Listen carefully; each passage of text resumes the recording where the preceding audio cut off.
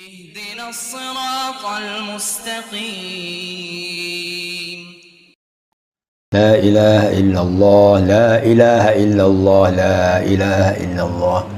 Alhamdulillah, tuan-tuan dan puan-puan yang saya muliakan, Assalamualaikum warahmatullahi wabarakatuh. Pertama sekali kita bersyukur kehadirat Allah Subhanahu wa taala, dengan izin limpah dan kurnianya dapat kita bersama-sama kembali pada bicara tauhid pada minggu ini. Jadi insya-Allah saya akan menyambung dengan tajuk hukum akal.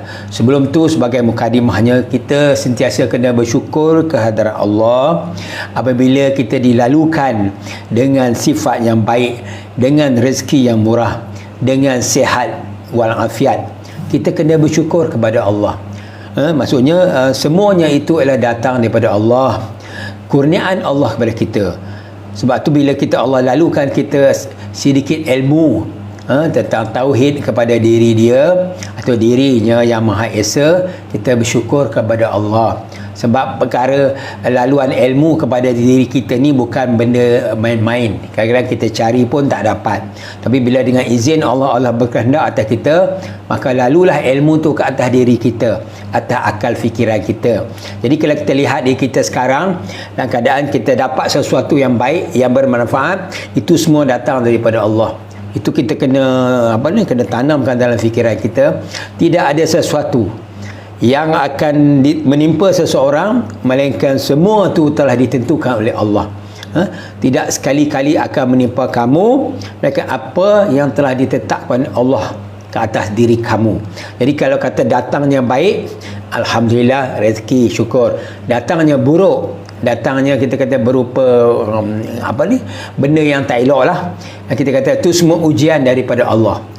Maksudnya baik yang baik, baik yang buruk, semua datang daripada Allah. Seperti mana kita beriman dengan rukun iman yang keenam, untung baik, untung buruk datang daripada Allah. Jadi hari ini kita sentiasa kena melihat, kena memerhatikan apa yang Allah lalukan kat atas diri kita. Kita seolah-olah menunggu dan lihat apa yang akan berlaku pada diri kita sekarang, selepas ini dan seterusnya. Jadi kalau datangnya itu baik, bersyukurlah kepada Allah. Tak kira apa yang kita istilahkan sebagai baik itu, asalkan baik saja, tak kira lah, rezeki, peluang, ilmu, maksudnya sehat, itu semua datang daripada Allah. Jadi itu yang pertama sekali yang Allah nak tengok, sejauh mana hamba dia bersyukur. Dan apabila datang yang buruk, yang lemah, yang ghaflah, yang kita tak suka lah, itu semua ujian daripada Allah nak menguji kita. Maka nak menguji apa? Nak menguji hati kita agar kita sabar dengan ujian Allah ini. Sebab dunia ni bukan tempat kita tinggal, dunia ni bukan tempat kita duduk. Yang sesuai kita hiduplah di syurga, di akhirat. Kita insya-Allah, Allah bagi peluang untuk kita masuk ke syurga.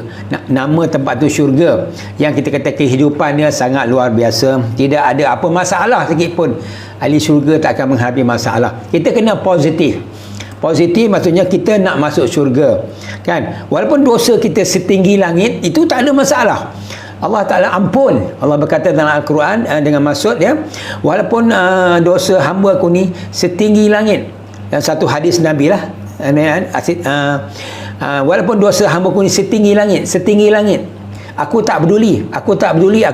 Allah kata aku akan ampun dosa hamba aku itu apabila setiap kali dia meminta ampun, dengan syarat dosa itu bukan dosa syirik lah. Dengan syarat dosa itu bukan dosa syirik. Sebab dosa syirik, dosa tak ampun. Allah boleh ampun dosa lain, kecuali dosa syirik.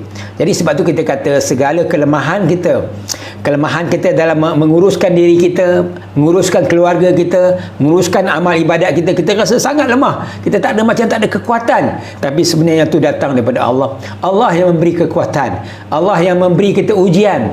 Macam Imam Al-Ghazali, dia berdoa, ya Allah berilah aku kekuatan iman. Akhirnya Allah tak bagi dia iman dia kuat, Allah bagi dia masalah, Allah bagi dia jalan buntu, Allah bagi dia ghaflah. Akhirnya dia berfikir, cari jalan, berdoa, berikhtiar. Akhirnya Allah dia menghadapi masalah itu dengan tenang. Bila dia berjaya menghadapi masalah itu dengan tenang, akhirnya kekuatan tu terus masuk ke hati dia. Dia rasa diri dia alhamdulillah dah berubah daripada dulu tidak kekuatan, sekarang ada kekuatan, alhamdulillah. Itu dia ulama-ulama terdahulu kita, cara mana mereka memahami kata kehendak Allah ini yang dilalukan ke atas mereka. Jangan kita bersikap negatif, jangan. Sesungguhnya Allah Ta'ala akan mengikut sangkaan hamba-Nya. Kalau kita fikir yang buruk, maka buruklah jadinya. Kalau kita fikir yang baik, maka baiklah jadinya. Maksudnya begitu. Sebab Allah dia ikut sangkaan hamba dia.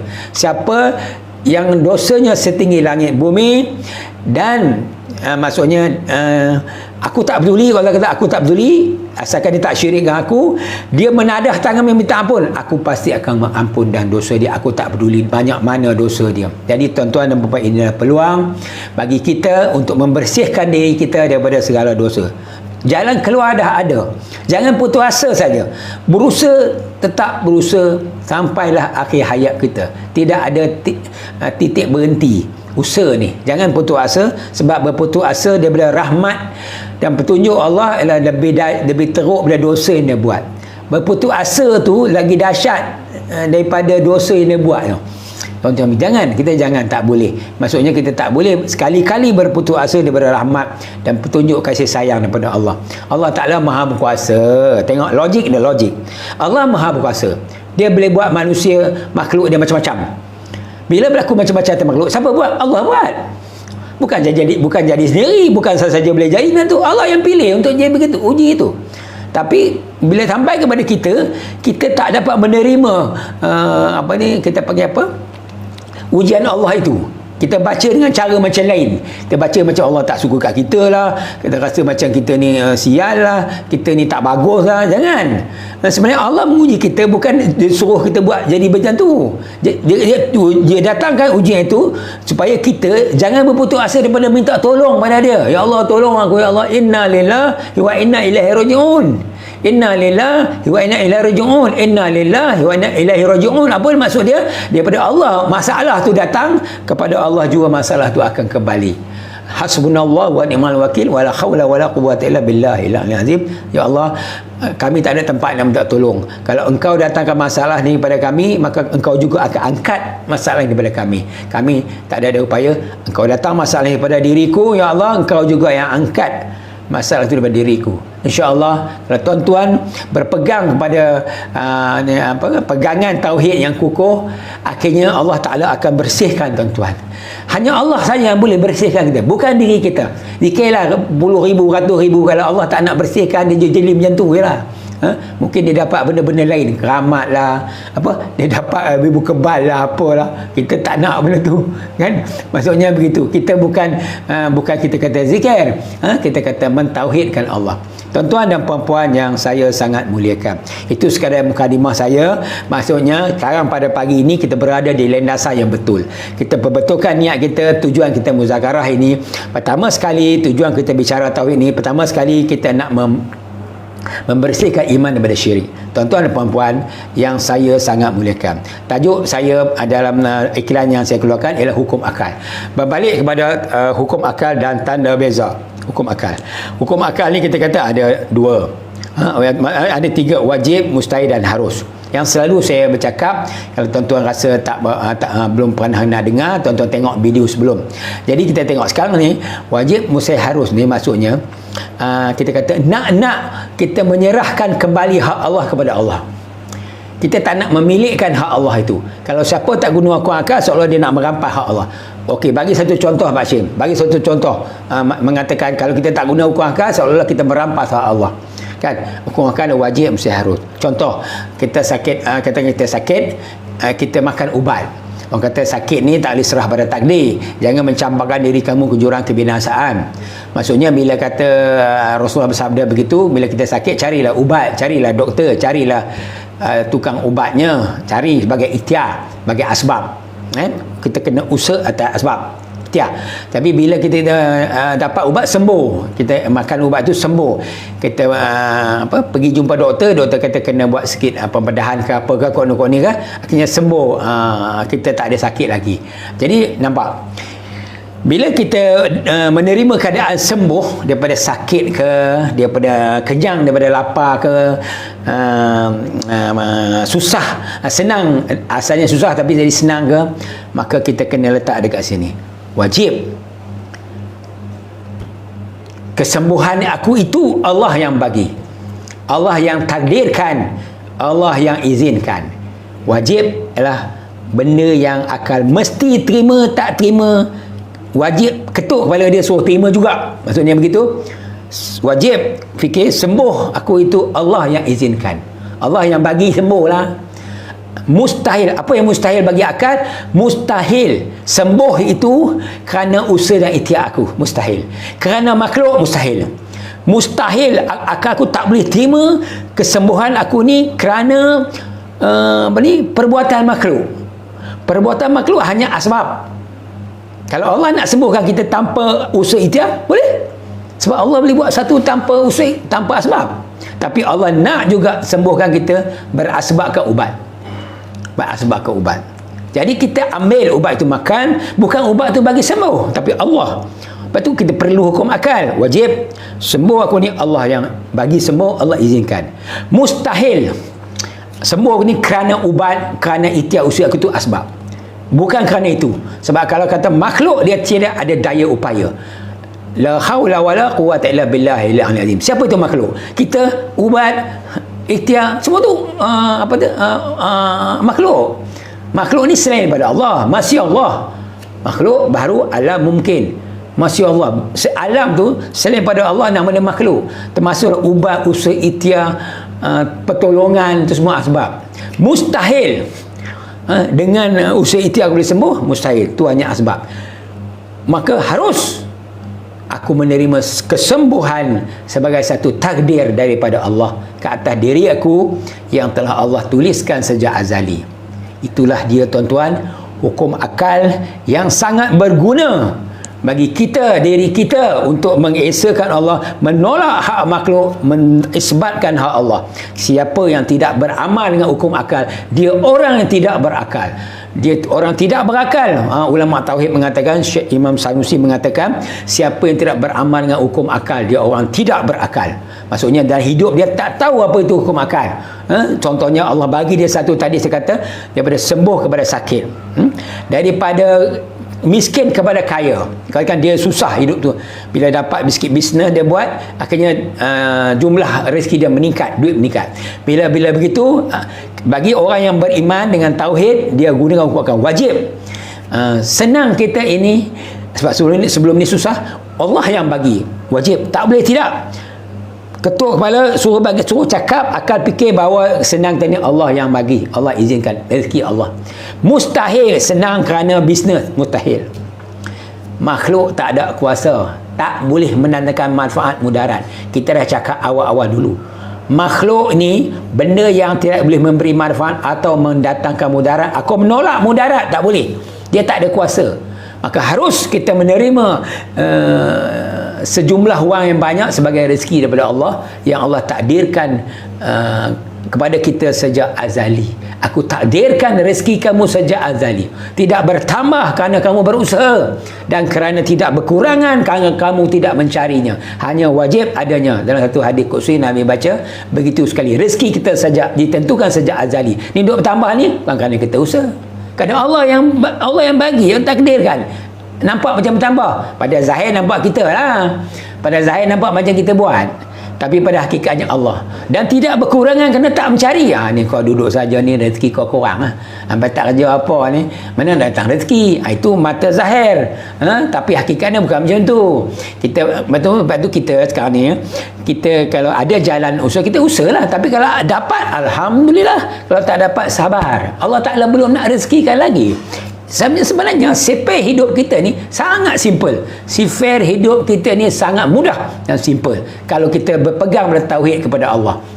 Kita tak putus asa, kita tak cerca diri kita sendiri, kita tak pandang rendah kalau kita dapat lebih, tak pandang rendah pada orang, kita tak riak, sombong, semua tak ada, wujud semua tak ada.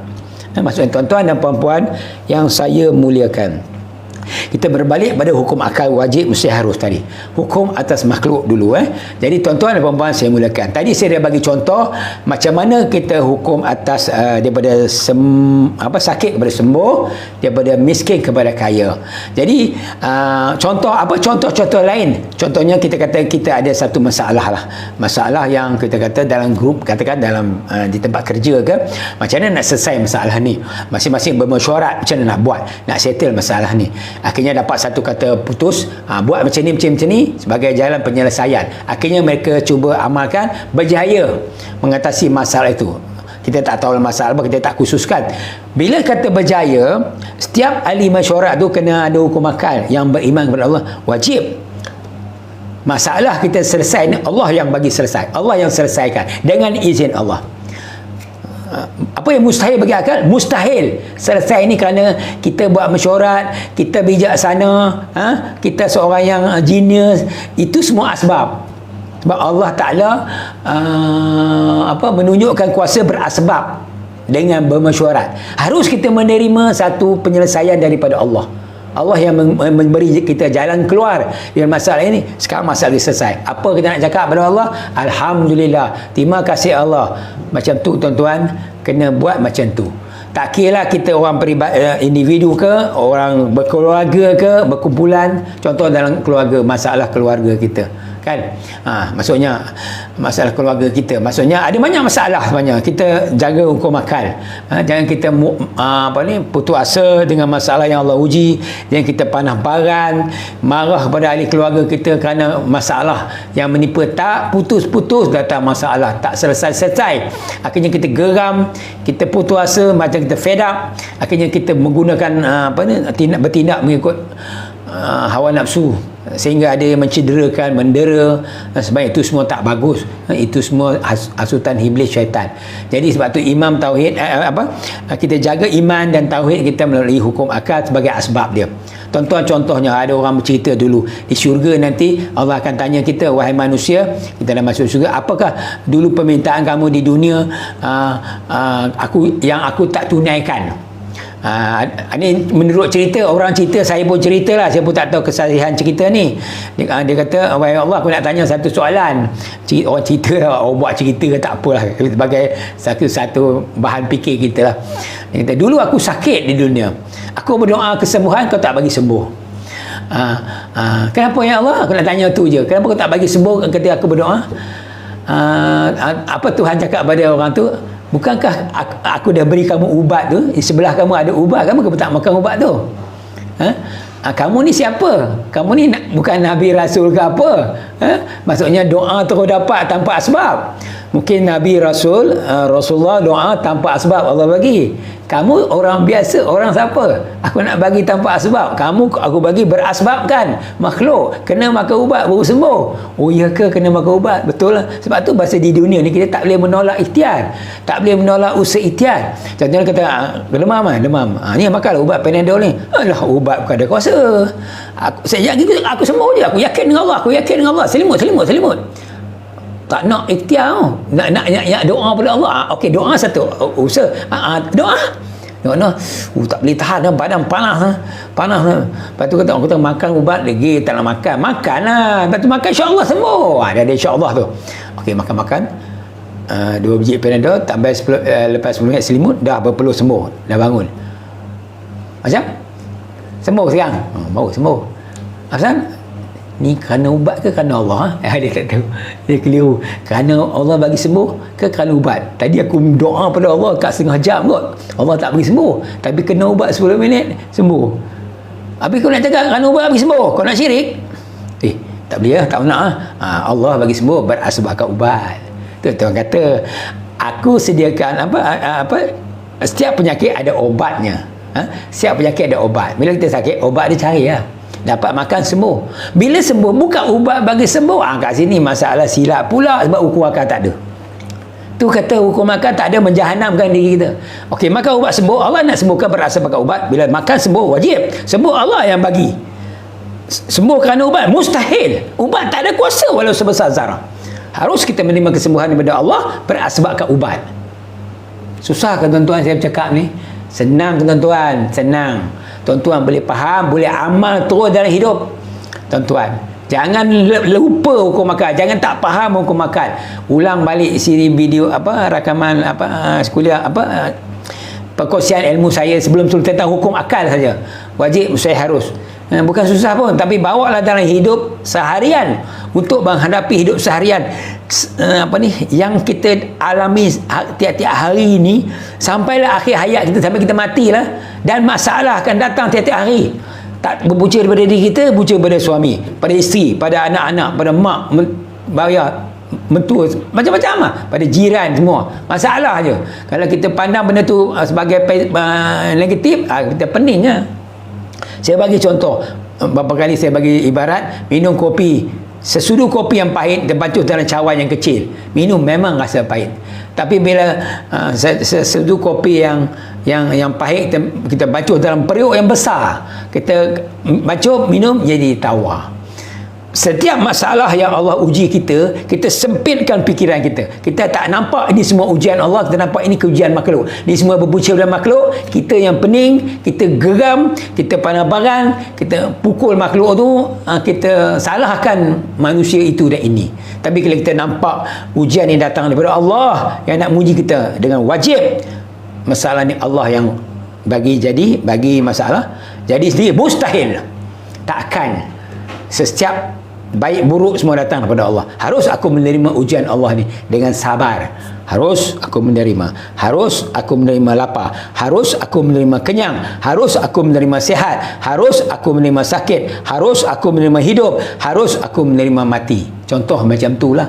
Jadi tuan-tuan, hukum akal ni sebenarnya walaupun sikit, perkataan dia tak banyak, wajib seharus, tetapi ia ibarat ayam taji pendek. Ayam taji pendek tapi tajam dan bisa. Kalau dia bertarung, orang kata laga ayam lah. Laga ayam tak boleh, hukum dia haram main judi. Tapi kalau dia bertarung dengan orang yang panjang taji tapi tumpul, sekejap dia libas, dia akan bukan kita nak bertanding. Ilmu ni bukan nak dia bertanding kan. Dia akan pukul terus mati. Ilmu tauhid ini dia ibarat ilmu yang boleh yang mempunyai kekuatan yang sangat luar biasa dengan izin Allah. Dia cakap wajib seharus je, tapi dia menyelesaikan masalah jiwa yang terbelenggu dalam diri kita. Dia menyelesaikan masalah yang berlaku dalam keluarga dan masyarakat kita dengan hukum akal. Andai kata kebanyakan orang faham apa tu wajib saya harus, dan dia menggunakan mengamalkan ilmu ini dengan baiknya, insya-Allah masyarakat akan aman, keluarga akan bahagia dan sebagainya. Sebab tu kita kata sekarang ni, kita katakan ilmu ni adalah satu teori saja. Wajib seharus tu teori, tapi dia akan jadi berkesan bila dia diamalkan. Akhirnya kenapa? Teori yang kita amalkan dia akan berubah menjadi iman. Ilmu tu satu teori. Saya ulang lagi sekali, ilmu tu satu teori. Teori ni macam ungkapan lah, dikarang oleh seorang ulama atau siapa-siapa lah tulis, dia buat teori. Kita belajar kat sains, teori sains ke apa. Tapi bila teori tu diamalkan, dipraktikkan, dia berubah kepada boleh meningkatkan iman kita. Maksudnya wajib seharus ni apa? Okey, baca dulu dalam kitab. Ada pun hukum dibangsakan pada akal sifatnya 3 bahagi. Pertama wajib, kedua mustahil, ketiga harus. Maka bermula barang yang wajib, barang yang diterima oleh akal akan adanya. Maka bermula barang yang mustahil itu, barang yang tidak diterima oleh akal akan adanya. Bermula barang yang harus itu, barang yang sah diterima oleh akal akan adanya atau tiadanya, maka dalil baru sekali Allah. Itu bunyi hukum akal dalam kitab. Nama dia teori lah tu. Teori maksudnya tak diamalkan lagi. Kita baca apa ni, apa adanya tak faham. Kita cuba permudahkan, kita nak amalkan. Ambil wajib seharus tak kat sini. Tengok apa tadi kita kata tadi lapar. Orang kata boleh tak kita mengubah takdir? Boleh, tak ada salah. Lapar tu satu takdir, kejadian. Setiap berlaku pada kita adalah kejadian Allah. Setiap yang duk menimpa makhluk ni adalah kejadian Allah. Berfikirlah tentang kejadian aku, jangan berfikir tentang zat aku. Itu perintah Allah. Kejadian Allah. Okey, satu kejadian Allah apa? Okey, macam mana kita nak ubah lapar pada kenyang? Makan lah. Cari makanan. Kena nasi lemak, kena mi goreng ke, makan sepinggan, akhirnya alhamdulillah kenyang. Tu Kamu telah mengubah satu kejadian Allah daripada lapar atau takdir Allah berubah kepada kenyang. Siapa kata manusia tak boleh ubah takdir? Boleh. Oh, macam tu lah. Tapi bila berubah saja daripada lapar kepada kenyang, di sini hukum akan standby. Wajib kenyang, Allah yang bagi kenyang. Kenyang kerana makan mustahil. Makanan tak ada kuasa bagi kenyang. Kalau Allah tak nak bagi kenyang, makan 3 pinggan tak kenyang. Harus aku menerima rezeki yang berupa kenyang daripada Allah. Alhamdulillah. Nampak tuan-tuan? Hukum akal punya bergunanya, kan? Berguna dan mengelakkan kita daripada syirik kepada Allah. Kalau kata seseorang memberi satu pada kamu tak nampak yang beri tu Allah, kamu syirik ketika itu juga. Contoh, kita lapar, orang bagi makanan, kita tak ada makanan. Nah, makanan ni kau nampak macam kau lapar, lapar ni, makan, kenyang. Oh, terima kasih ya. Kalau awak tak bagi saya makanan, susah saya, mungkin saya pengsan ni. Kerana awak bagi makanan, tengok dia nampak orang bagi, ya Allah, tak nampak Allah bagi, syirik kau. Ini bukan cakap main-main. Ini hadis Nabi, ya. Maksudnya dalam kitab Al-Hikam, Rasulullah bersabda satu hadis, jika seseorang memberi satu pada kamu tak dapat memberi itu Allah, kamu syirik juga. Dengan makanan orang beri itu, kita boleh ubah daripada lapar pada kenyang.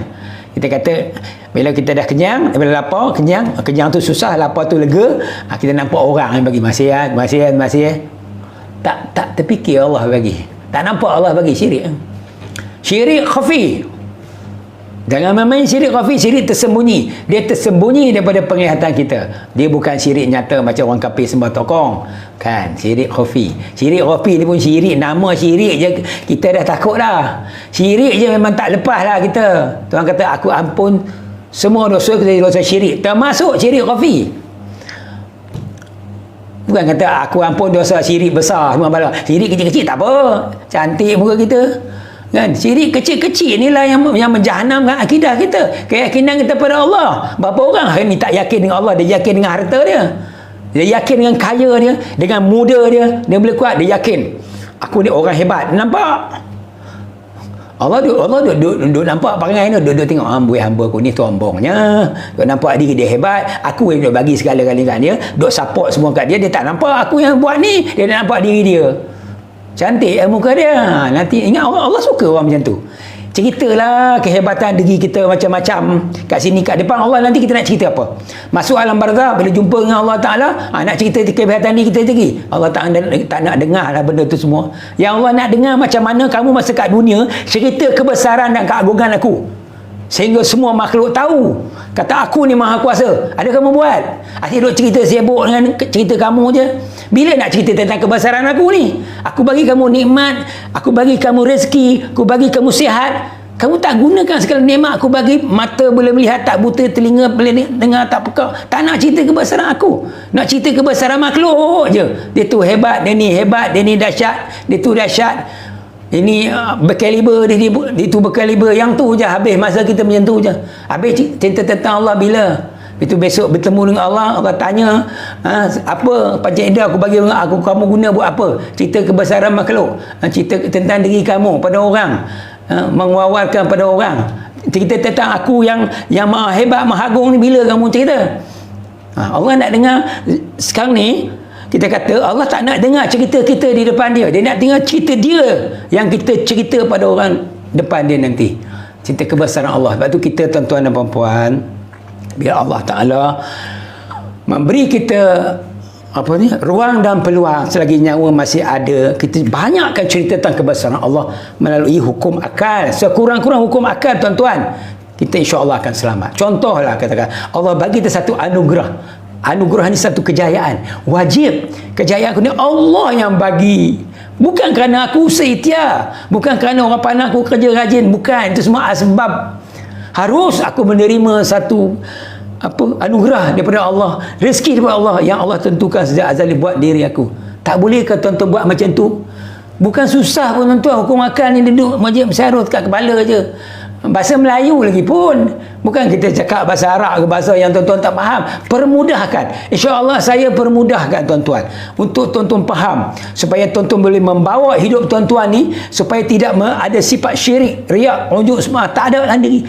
Orang yang faham hukum akal, dia tidak ada unjuk diri, riak, Suma'ah, bangga-bangga, iri hati dengan orang, tak ada. Memang tak ada. Ini nak iri hati dengan orang. Okey, orang dapat satu kemewahan, dia tak dapat beli kereta baru ke, rumah besar ke.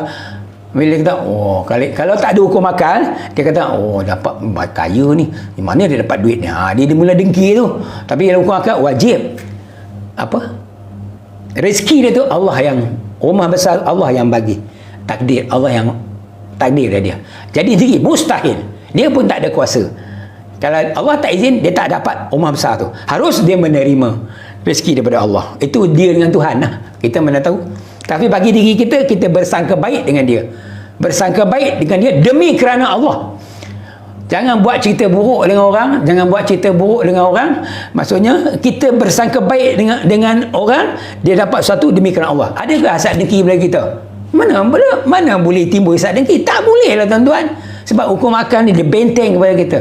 Siapa yang tidak menggunakan hukum akal, dia adalah orang tak berakal. Ini Imam Tauhid, Imam Syekh Sanusi membuat satu kenyataan. Betul, kita bila fikir, betul lah. Hukum akal ni bukan susah, dia ada 3 wajib, mustahil, harus. Jadi sekarang ni kita sedang menerima apa saja Allah takdirkan kepada kita. Jadi tuan-tuan dan puan-puan yang saya sangat muliakan, masa pun dah cukup 30 minit. Cuma saya nak simpulkan pada bicara tauhid pada pagi ini, tuan-tuan tetaplah belajar muzakarah pada ilmu dengan ilmu tauhid ini, bicara tauhid ini pada setiap hari Ahad 7.30 hingga pukul 8. Dan selain itu ada dalam saya punya Facebook Hashim Abu Bakar, ABOO Bakar, HAB huruf besar. Tuan-tuan tengoklah yang dulu-dulu punya, bagi faham apa itu tanda beza hukum akal kan. Maksudnya begitu. Nanti insya-Allah dengan izin Allah Taala memahamkan tuan-tuan hukum akal, akhirnya hidup kita akan berubah ke arah yang lebih beriman, bukan jadi kaya. Kita belajar ilmu tauhid ni bukan nak jadi kaya, kita nak jadi lebih beriman kepada Allah dan tidak mensyirikkan Allah. Itu sangat penting. Jangan menduakan Allah dengan sesuatu walau sebesar zarah. Orang yang mensyirikkan Allah, Tuhan cakap tak silap dalam Al-Quran, maksud dia ibarat dia jatuh dari langit, dia dibawa, diterbangkan angin ke sana ke sini dan dipatuk oleh burung-burung. Tu orang yang mensyirik dengan Allah, menduakan Allah. Kita sebut syirik saja tak boleh. Kita nak masuk tanah suci, labbaik Allahumma labbaik, labbaik kala syari kala baik, innal hamda wa ni'mata lakal mulk la syarika lak. Maksud dia, wahai Allah, kami sambut seruanmu ya Allah, dan kami tidak mensyirikkan akan engkau. Masuk tanah suci jangan bawa syirik tuan-tuan. Bawa syirik habis, tak dapat haji mabrur, tak dapat haji umrah makbul. Masuk rumah-rumah Allah di Malaysia ni, kita balik Malaysia ni, jangan bawa syirik. Masuk rumah-rumah Allah, masjid dan surau, ketika kita nak sembahyang 5 waktu, jangan bawa syirik. Yang ketiga, jangan buat balik syirik ke dalam rumah tangga kita. Jangan buat balik syirik. Macam mana ni nak buat ni? Hukum akal lah. Hukum akal. Nampak Kaabah wajib. Ada Kaabah, Allah yang bagi jadi Kaabah. Buat. Jadi ni mustahil. Harus menerima Kaabah. Tersergam indah bentuk kotak. Bukan ada kuasa pun Kaabah tu. Macam Sayyidina Umar, dia nak cium Hajar Aswad. Saya buat contoh lah, bukan saya nak buat macam saya buat contoh. Wajib. Hajar Aswad ni Allah yang bagi. Jadi sendiri mustahil, harus menerima ada batu kat situ. Tu bila Sayyidina Umar nak cium Hajar Aswad, apa kata Sayyidina Umar yang kita pun baca daripada riwayat orang lah, engkau ni batu je. Kalau Rasulullah tak cium kau, aku takkan cium. Kau tak boleh buat apa-apa kat aku. Tak boleh buat apa-apa. Sebab Umar bukan nampak Hajar Aswad tu hebat ke apa ke. Sebab selama ni dia semua berhala, semua ketua batu, semua tokoh batu. Kan dia kata, engkau ni batu, apa kau boleh buat pada aku? Selama ni aku punya berhala duduk dalam poket aku, bila lapar aku makan. Dia tak boleh buat apa-apa, sama dengan kau. Tapi kan kalau Rasulullah tak cium, aku tak cium. Dia cium kerana Rasulullah buat sebagai sunnah Nabi. Kita pun macam tu, bukan taksub. Kita kalau taksub dengan batu tu, apa cium Rasulullah ni, aku rasa punya betul, aku tak jumpa. Apa ni taksub apa ni dengan batu tu. Nanti tak mau di depan Kaabah buat syirik, habis jahanam, habis lah. Jahanam umrah, jahanam haji. Tak boleh. Tak dapat, sudah lambai tangan saja. Kalau dah ramai sangat, tak payah tolak-tolak. Kalau ada dapat peluang, alhamdulillah. Nak ikut sunnah, niat nak ikut sunnah bukan kerana keramat dan batu tu. Ini kena betul, wajib. Allah yang bagi jadi satu, jadi sendiri, mustahil, harus menerima batu sebagai asbab. Tuan-tuan, hukum akal ni tuan-tuan, dia boleh membunuh syirik, tuan-tuan. Tu saya kata tadi, masuk tanah suci jangan buat syirik, masuk rumah Allah suruh ambil jangan buat syirik, balik ke rumah tangga jangan buat syirik. Ya ayyuhallazina amanu qu anfusakum wa ahlikum nara. Wahai orang-orang yang beriman, yang kamu mencampakkan diri kamu dan keluarga kamu daripada api neraka. Wahai orang beriman, Allah kata dalam Quran, jangan mencampakkan diri kamu dan keluarga kamu dalam api neraka. Apa punca dia tercampak? Syirik. Buat balik syirik masuk rumah. Semua pakat unjuk diri, semua pakat dengki sana, dengki sini, adik-beradik sama adik-beradik dengki. Tak puas hati kau, tak puas hati aku. Apa masalah ni sebenarnya? Sebab hukum akal tak ada. Tuan-tuan dan puan, saya kata sekian untuk sekadar itu pada pagi ini. Saya mohon ampun dan maaf atas percakapan saya yang kuat dan kasar ni, yang kuat dan apa? Yalah, yang kuat nampak macam kasar. Tapi semoga kita berjumpa lagi minggu hadapan. InsyaAllah kita akhiri dengan tasbih kifarah surah Wal-Asr dan doa. Subhanakallahumma wa bihamdika asyhadu an la ilaha illa anta astaghfiruka wa atubu ilaik. Bismillahirrahmanirrahim. Wal 'asr innal insana lafi khusr illa alladhina amanu wa 'amilus solihati wa tawasaw bil haqq wa tawasaw bis sabr. A'udzu billahi minasy syaithanir rajim. Bismillahirrahmanirrahim. Alhamdulillahi rabbil alamin wassalatu wassalamu ala asyrafil anbiya wal mursalin sayyidina Muhammad wa ala alihi wa sahbihi ajma'in. Ya Allah, Tuhan kami, berilah kami ilham ya Allah, agar kami menjadi orang cerdas. Kau lindungilah kami daripada bahaya kejahatan hawa nafsu. Ya Allah, Tuhan kami berlindung kepada-Mu ya Allah daripada kejahatan pendengaran kami, kejahatan penglihatan kami, kejahatan lidah kami, kejahatan hati kami, kejahatan cita-cita kami. Kami berlindung kepada-Mu ya Allah daripada kepikunan dan siksa kubur. Rabbana atina fid dunya hasanah wa fil akhirati hasanatan wa qina azabannar. Wa sallallahu ala sayidina Muhammadin nabiyil ummi wa ala alihi wa sahbihi wa barik wa sallim. Walhamdulillahi rabbil alamin. Assalamualaikum warahmatullahi wabarakatuh. اهدنا الصراط المستقيم